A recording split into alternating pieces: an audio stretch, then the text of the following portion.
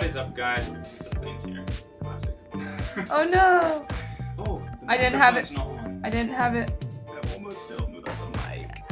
A lot of meat and vegetables all in one big pan. Today we're going to be using the oven, which is arguably even more efficient, has less things to clean up when you're done, and is probably even a better use of your time when cooking and meal prepping. So if you don't know who I am, my name is Nasser. I'm now a third-year medical student studying at King's College London, and if you're in university as well, you'll know that you feel like you barely have any time to cook. Food that I cook for the amount of time that I spend cooking, and so that's what my cooking philosophy is all about. So for today's episode, we're going to be cooking chicken with potatoes and a ton of vegetables all in the oven. It's going to be a really easy and quick meal to do, so follow me along and I hope you guys enjoy. So most of the time for cooking this meal is going to be in the prep of cutting up the vegetables and cutting up the potatoes, so let's get started with that. Alright, so for the vegetables today, we're going to be doing a lot of broccoli. It's one of my favorite vegetables, highly nutritious, has a good crunchy texture. We're also going to be cutting up some bell peppers, so I like to use all the colors, yellow, red, and then also green, a little bit of asparagus as well, and then finally slice up a lemon just to give it that extra zest. At this point, I'm going to take the chicken thighs out of the fridge. They've been defrosting for quite some time now. The last vegetable we're going to need is some onion. You might as well do the same things at the same time. That's always going to increase your efficiency. So we might as well wash our potatoes at the same time that we wash all our vegetables.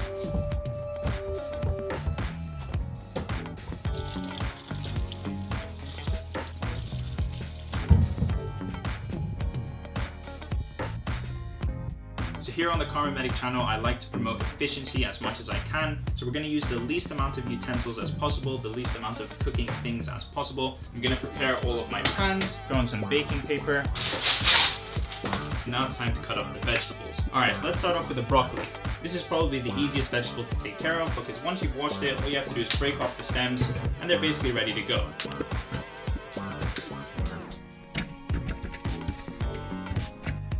Now when you guys are cutting up peppers, honestly you can do it however you want.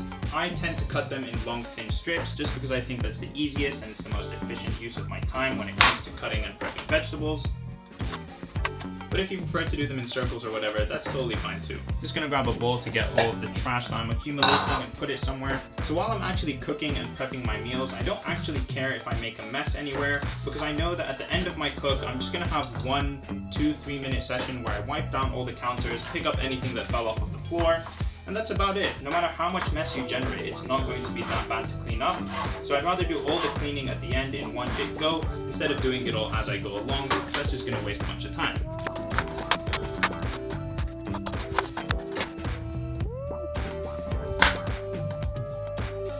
So now it's time to move on to cutting up the onions, and a surprising amount of people don't know this, but if you just chew a piece of gum while cutting up your onions, it's going to prevent you from crying.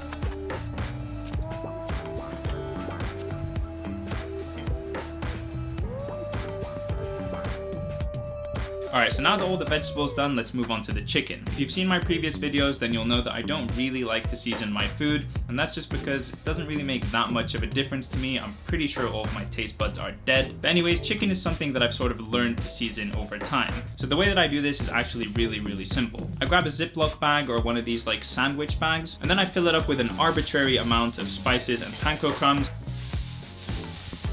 I really like these, so I'm going to put a lot. Mix it about until you have it all nice and mixed. Alright, that looks pretty good to me. And now I'm going to have a designated dirty hand in order to touch all of the chicken and a designated clean hand to do everything else. So I'm going to open up my bag with spices, take my chicken thigh and literally just throw it in there. Once it's in there, you just shake it about.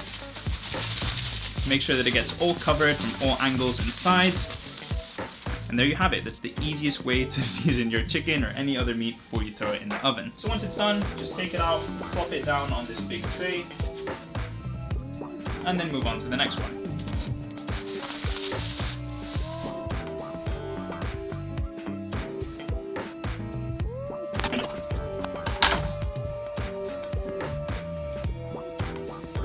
And since the potatoes take longer to cook than the chicken and the vegetables, I'm going to put those in first for about an extra 10 to 15 minutes and then add the rest of the trays. Now because I want my potatoes to come out as crispy and crunchy as possible, I'm going to try and cut them in thin slices so that they can get cooked really well. But of course you can cut them up in cubes or fat circles or whatever it is that you want.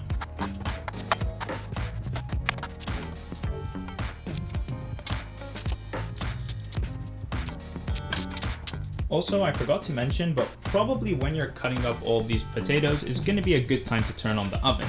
I set the temperature to 180 degrees. That's sort of the standard temperature that you want to be cooking chicken at for about 25 to 30 minutes. And so while this heats up right now, I'm going to season all of these potatoes and fix my chicken tray. So for these potatoes, just like everything else that I do, I try and keep it as simple as possible. The easier and simpler it is, the more likely I am to do it, and the faster I'm going to get done with the cooking part of this process. So the only thing I do for my potatoes usually is I put olive oil, pepper, and salt. You can also put on paprika or whatever else that you want. That's something that we do sometimes. I just take the olive oil and I drizzle it across in these sort of diagonal lines. Very easy, very quick. And this sort of helps the potatoes get their like sizzle on when they're in the oven.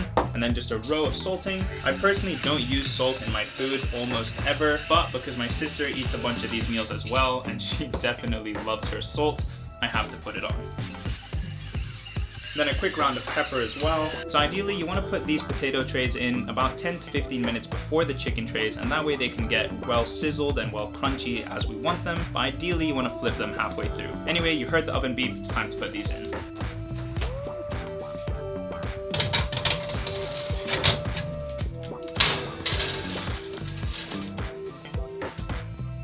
Alright, so now that the potato trays are in the oven, I'm going to set a quick timer on my phone for about 12-13 minutes so that we know when it's time to put in our chicken tray, and let's start working on that. This is actually probably my favorite part of the whole cooking experience.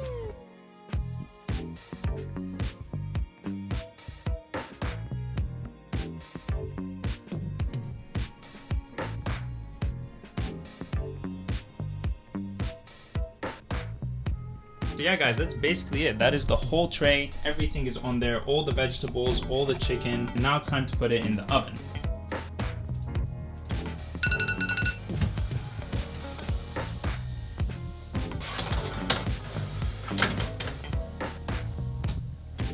Alright guys, so now I'm going to put a timer on my phone for about 20 minutes, 23 minutes, something like that. And then we'll come and check it and see if it's cooked enough as we like it, and we can always leave it in for longer. But while the chicken's in the oven and there's basically nothing for us to do, this is a good time to clean up all the mess that you've made. So at this point, I'm going to wipe down all the counters, clean up any utensils or cutting boards that I've used along the way, just so that I can save time for me in the future.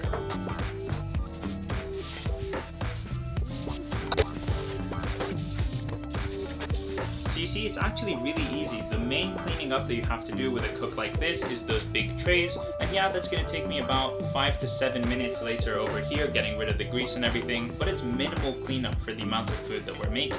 Alright guys, so the timer's gone off and it's time to check on the food. A lot of smoke is going to come out, so I might have to fan at the fire alarm, but let's see. Oh, potatoes look really, really good. Alright, so look at that. Perfectly crisp, golden brown potatoes. Yum, yum, yum, yum, yum. Second tray is looking good too. Maybe these ones here. And then last but not least, that chicken tray. Oh, yum, yum, yum, yum, yum. Is it foggy? Yeah. So before I decide everything's ready and I start putting it into Tupperwares, I'm just going to test one of the chickens to see if it's cooked all the way through. And the way you do this is you cut the fattest chicken, the one that's the thickest. If that's cooked, then everything else is cooked. So let's see what we can find here. This chicken looks quite big. So cut down right through. Look at all that juicy goodness. Oh, yummy, yummy, yummy. All right. So it looks perfectly cooked. Now we can start putting it into Tupperware so that we can portion out for the rest of the week. So we've got a bunch of Tupperwares. I'm going to start by taking one piece of chicken and putting it in each.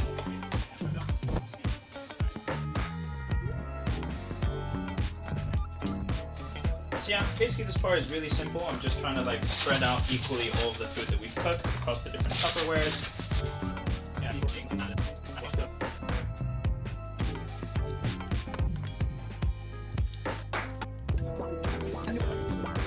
Alright guys, so basically everything is finished now. We've got these trays over here to clean up later, and then we have down here 1, 2, 3, 4, 5, 6, 7 Tupperwares of food ready for the week to come. Now in the last episode of Cooking with Karma Medic, one of my closest friends, Arslan, was the guy who was tasting the food and giving you his honest opinion. Give your honest opinion. Like off camera. This time it's going to be my twin sister Nour. She's going to taste the food and let you guys know what she thinks. Alright, alright. Not on the couch! Alright. Tell the people what you think. Wow, it looks great.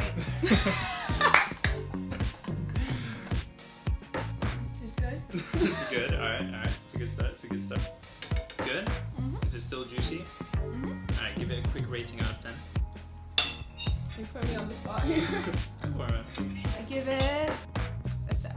A 7. A 7. You get 7. 10 out of 10. Alright guys, so that is it. You heard it firsthand from the horse's mouth. The food was at least a 7 out of 10, which is honestly good enough for me. So from start to finish, a meal like this will usually take me between an hour, maybe an hour and 5, an hour and 10 minutes. So if you think about it, it's a very little amount of time to invest in 7 fully cooked meals ready for the coming week. So I hope you guys enjoy down below. I really enjoy making them and I would love to do more. I'm gonna go back to the kitchen and clean the grease off of all of those trays, and I will see you in the next one. Peace!